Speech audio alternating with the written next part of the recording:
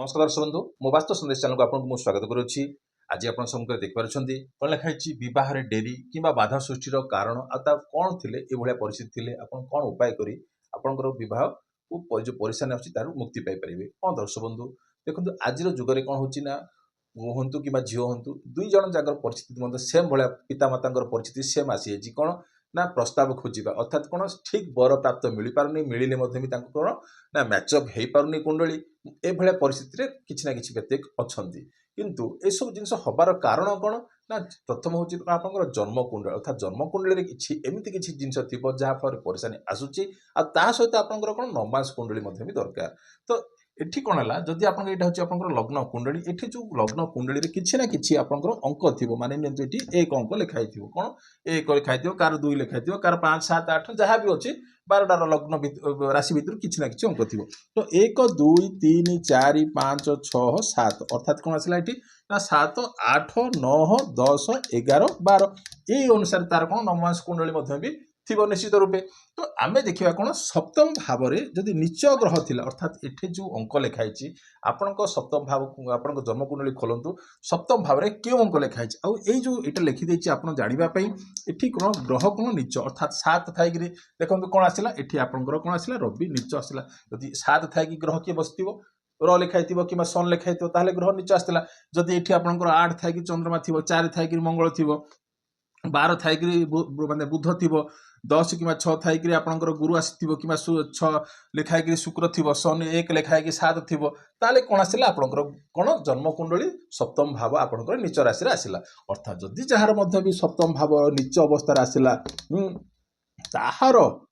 सप्तम भाव स्वामी जदि आपंकर नीच अवस्था आसला अर्थात ताहार दान कर अर्थात कार ना ये कुंडली कौन रविर आपण कौन करेंगे दान करेंगे कि रविर मंत्र पाठ जप करेंगे कहीं मंत्र पाठ आउ दान बहुत कौन शीघ्र इफेक्ट मिली थाए। तो से जब आप परिस्थिति जार भी अच्छी यार वस्तु आप कौन करेंगे दान करेंगे आज सप्तम भाव स्वामी अर्थात यार ग्रह स्वामी किए 7 ग्रह स्वामी किए शुक्र शुक्र जदि आप 6 8 12 भाव को गला अर्थात कौन आसला शुक्र जदि आप भाव देखा जदि एटी भी आपंकर जहाँ भी आपंकर अंक लिखाई तार स्वामी जदि 6 8 12 भाव गला ताहले कौन आसो ना बह कौन परेशानी आसी थाए अर्थात कौन होता है स्वामी सहित पाटितुंड होता है कि स्वामी स्वास्थ्य अवस्था परेशानी आसता है ये सब जिन जो आप माने ज्योतिष पाक जाऊँगी से गुड़ा कहला बेलू आपंकर मन में कौन किसी कौन द्वंद्व रही जाए जहाँ फल आप कौन आग को आउ बढ़ी पारती ना राइट। तो ये सब जिन आपंकर 6 8 12 भाव को गला कहीं किसी ना कि तो जिनस तो आप ज्योतिष पाक जाइए निश्चित किसी कहे आपड़ जब यू जिन जानवे तापर आप आग को भी बढ़ी पारे या भी आपंकर एक गोटे कारण हो पारे। तो यू जिनस आ सहित कौन अच्छी मंगल अर्थात जन्म कुंडली कही कौन जे 1 4 7 10 कौन 1 4 7 8 आ द्वादश भाव अर्थात कौन आसला 1 4 7 8 12 भाव दक्षिण भारत में आप द्वितीय भाव में जब आप मंगल थी ताहले कौन आसला ना मंगल ये हूँ कौन मंगल अर्थात कौन होता व्यक्ति जनक कौन है ना मांगलिक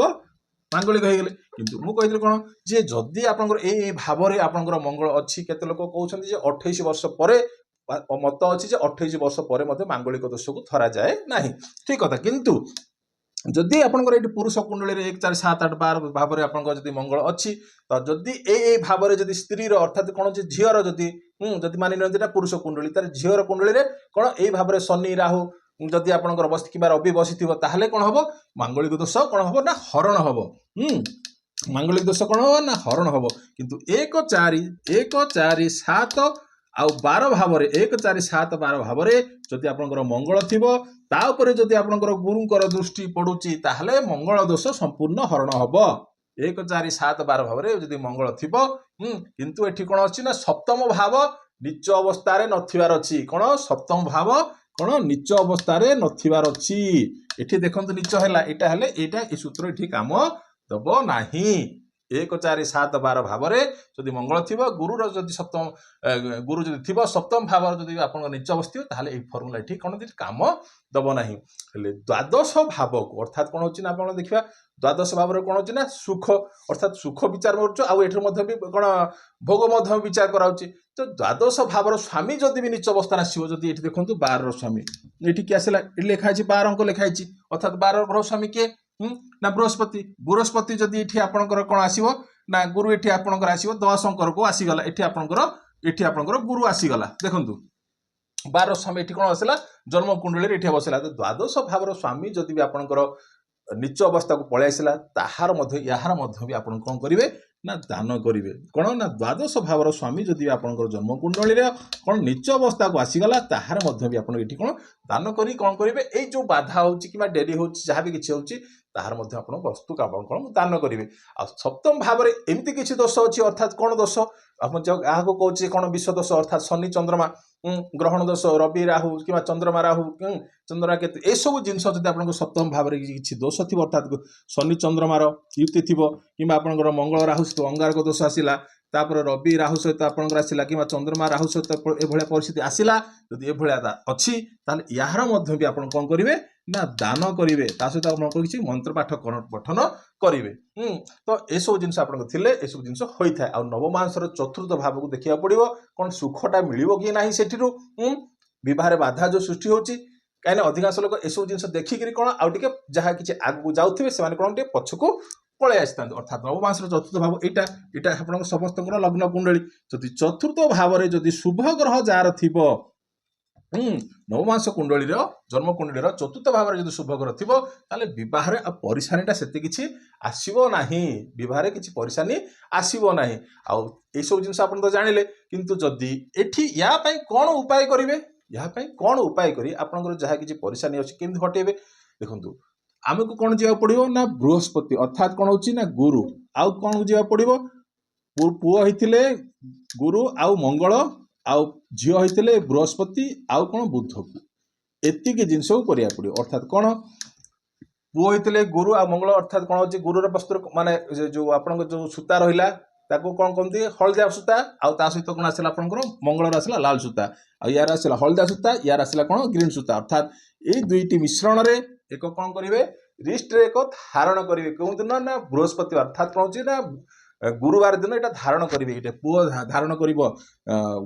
लाल सूता सहित हलदिया सूता ये आसला आपंकर झील धारण कर हलदिया सूता सहित कौन आसो ना ग्रीन सूता को कौन करेंगे एक धारण करेंगे सहित आउ कौन करेंगे ना जो व्यक्ति विशेष माने मैरेज होगापाई बयस हो सारे से उत्तर पश्चिम दिगरे शयन करेंगे कौन ना उत्तर पश्चिम दिगरे शयन करेंगे कौटी ना नॉर्थ वेस्ट अर्थात कौन उत्तर पश्चिम दिगरे जदि से व्यक्ति मैंने शुअती बह आउ कौन आसो से बह हो आउ कौन करेंगे आ बेसी किसी कौन करेंगे ना कदली वृक्ष अर्थात हूँ ना कदली वृक्ष देखते जो बानाना ट्री को कौन जी ना प्रत्येक गुरुवार दिन से कौन क्षीर अर्थात कौन जो गोमाता क्षीर नहीं से अर्पण करेंगे आ तार जो माटी अच्छी से जो आप जो माटी क्षीर जो क्षीर जो माटी पकेले कदली गचरे मूल से जो माटी आणिकी निज मथारे लगेबे आठ कौन आप जहाँ कि जो परेशानी से कौन निज वेदना निज भावनार से कौन प्रकाश करेंगे आ सहित से गुड़ भोग करेंगे कौन करेंगे ना गुड़ भोग करेंगे ये करेंगे आ सहित जो पुष्या नक्षत्र आसो गुरुवार पुष्या नक्षत्र ता पूर्वर किसी मंत्र माने किसी से कदली वृक्ष पाखु जाई कौन करेंगे से किसी आपणकर कौन करेंगे संकल्प करी किसी निमंत्रण करी गुरुवार दिन सकाल चेर खंडे आनी आपणकर कौन